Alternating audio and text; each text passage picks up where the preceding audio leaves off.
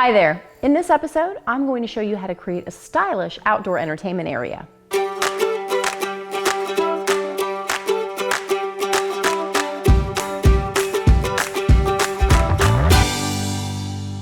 I'm Erin Valencich, an award-winning interior designer and real estate developer based in LA.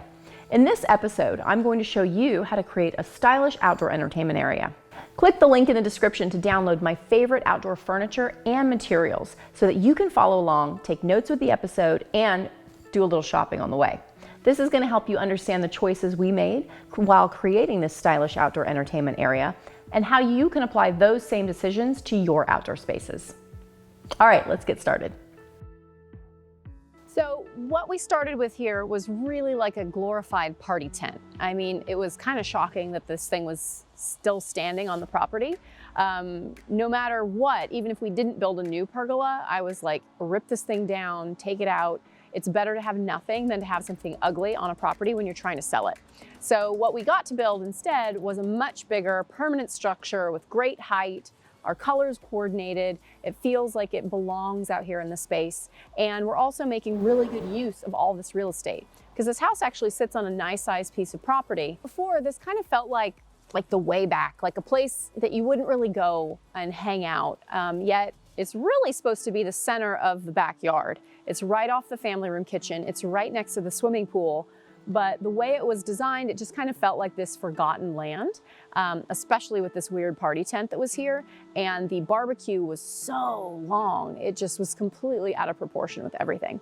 So what we did is we left the footprint of the existing tile. We didn't want to pull any of this up and change the grass out. So that was here existing. And then we built this nice big pergola. I had the guys box out around the steel posts. So they had to put steel posts and anchor them down into the ground. And then we took wood and we boxed out around them. So the steel posts are about probably 4x4s, I imagine that they used. Maybe it was a 6x6. And we boxed it out to be more like an 8x8 so that it feels like it has weight. And we were able then to stain it, bring a little bit of a natural material in with the wood as opposed to just, painting the steel black or something like that, which would have been really cold. The whole theme of this house is to warm it up, because a lot of the choices that were here are already very slick, very hard, cold stucco and steel, white stone, which is not really that warm and friendly feeling. So every element that we brought in on top of it was meant to warm it up, make it feel a little bit more historic. The house is kind of a modern French chateau vibe. So bringing in elements that kind of nod to that, those origins, if you will, of that of a French chateau, hence the wood and the pergola. My first choice was to build this really gorgeous structure with arches and a roof and the whole deal, but the budget didn't allow, so we went with this option, which I still think turned out really nicely. We did the sliding awning drapery so that you can have some sun, you can have some privacy from the sun. We clad the barbecue in a slatted wood detail. Before it was like stainless steel. So, I mean, talk about cold and reflective and unpleasant and like definitely not cozy and charming and warm to have a dinner party out here. So we clad the barbecue in that, put a new countertop on it. So we were able to keep the existing stainless steel boxes because they have these very expensive Viking outdoor appliances and drawers and cabinet boxes. So we basically just framed those out, wrapped the wood around it, which is pretty inexpensive to do. They also had these mechanical room doors right here, right off the family room, which is mind-blowing to me that someone made that choice when they built this house, because it literally feels like the alley, like you're in the way back of this place where you're not supposed to be, to have these ugly mechanical room doors that you look at from your family room. Shocking. So we used that same wood detail and basically just built covers for the doors. So behind it are still these big slab steel doors. So we basically just built this wood box with the slatted wood, painted it gray, stuck it up on the wall. I would like to see some more pots and everything kind of in front of it, giving it a little bit more layer of greenery and softness. But then those two elements start to tie in together. We also did a new gate in back. We used that same detail. So when you're fixing up a place, doing a major remodel or just a little bit of a light refresh, if you're bringing in a new element, it's nice to repeat that element a few times outdoors so that it starts to look like it was really part of the original process. I think the lights should be hung a little bit higher. I wasn't here when they installed those, but we brought in that natural wicker, again, kind of giving it that south of France outdoor feel. I didn't want to bring in anything that was shiny and slick and modern and hard. We wanted to bring in cozy and warm and natural and French and charming. So that's what kind of led our decisions down that path. The French farm table, the wickery lights, and at night it glows so beautifully and it's a really nice place to sit. We also added this beautiful olive tree out here. There was an olive tree and a huge planter, but it's still there. We pushed it back. It was a little bit in the way. So we pushed him back and then we installed this new beautiful tree to have a focal point at night, to let it be glowing and pretty and elegant and giving you something to look out on when you're sitting in there. So when you're doing design, especially of a big outdoor space, you want to put yourself at each view line where the humans are going to be. So if the humans are going to be partying in there, what do you see when you look out? We need to make that look pretty. If you're sitting over here by this fire pit and you're looking this way, it just felt kind of empty. And so now with this beautiful old olive tree, it's gorgeous. And it brings in that French, charming, historical kind of feeling that we're trying to layer into this property. Old olives are actually pretty affordable. You can typically get one. These are probably 20 to 30-year-old trees for like $2,500. So for a tree of this size, that's actually a really cheap price. And they always look great. I mean, no matter where you put an olive, I think it's always a winning option. So we brought that in here. There's already an olive over there, and we put more olives in the front. There were a few originally, but we did even more to give privacy and to make the estate feel a little bit more important and also finished. So if you're building a structure like this, the taller you can make it, the better. With this piece, we wanted it to match the height of the house, which you can see right behind it. It's the lower portion of the house, but when you stand back, as you can do in this yard because it's so big, I wanted those structures, the pergola that we're standing under and the house behind me, to really line up so that it felt like, again, it was kind of thought of holistically. And when you're in an outdoor space like this, the taller the better. It always feels more grand and exciting. So I think our overall height here is around 11 feet.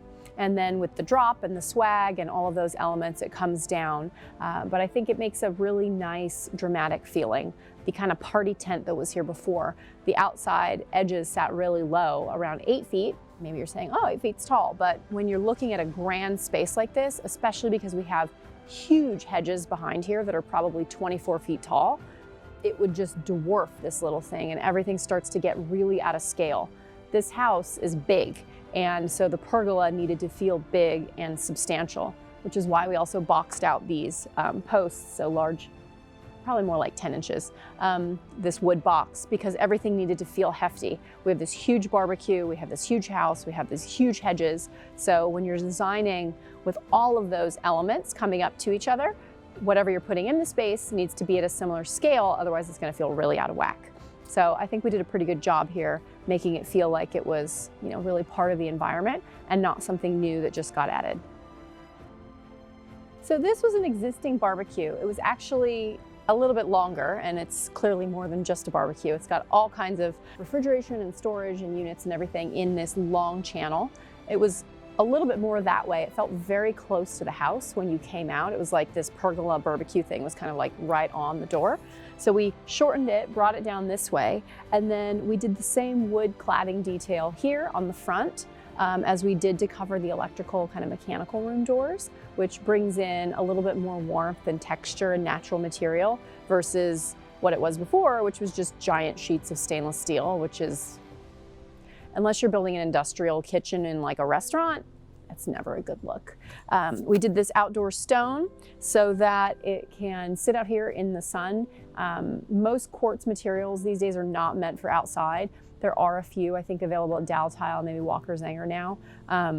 Some of the big guys, the Caesar stones, the Sile stones of the world, are coming out with outdoor materials. But for the most part, it's always great to go with a natural stone outside so it's safe in the sun.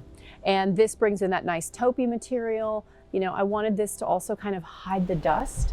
Anytime you're doing outdoor design, if you have a really black or a very light surface, it always looks dirty.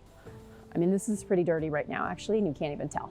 So that kind of middle tone is always a good thing outside because it feels cleaner.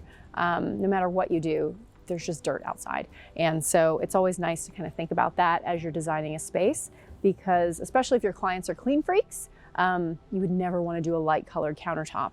it's going to show everything. And the same with black. It's actually just as bad as white because dust is lighter. So that's another reason we went with this kind of dusty gray color and the lighting.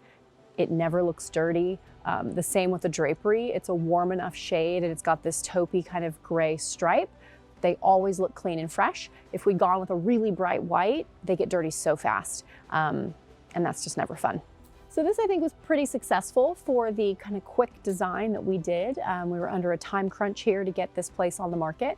And we did do some kind of cool details with the beams, leaving them having a space in between, which also means they look thicker, but we actually have 2 beams with a gap in between, so the weight is limited. We did this kind of nice overhanging element, put can lights in the ceiling as well. There's a couple of cans in this kind of track in between the wood beams, so they're hidden beautifully, but you have functional lighting on this space when you're out here in the evening. I think the #1 culprit of a bad outdoor design is poor lighting at night. And most people do these beautiful spaces to be able to be out here at night. So the #1 thing to keep in mind is, how am I gonna light this? How am I gonna make it feel great? That means uplighting in the plants, soft romantic lighting over the dining table, and functional lighting here where you're gonna be doing the cooking, the bar, the buffet, etc. Thanks for watching. Make sure to like the video, subscribe to my channel, and click the bell for notifications so you don't miss out on any upcoming episodes. Check out some of my other episodes and tutorials here to learn about design and construction. If you'd like to check out my complete bathroom, kitchen, and interior design renovation courses, please visit my website at erinbdesign.com. You can also follow me on Instagram for loads of inspiration, product pics, and more before and afters at ErinBStyle.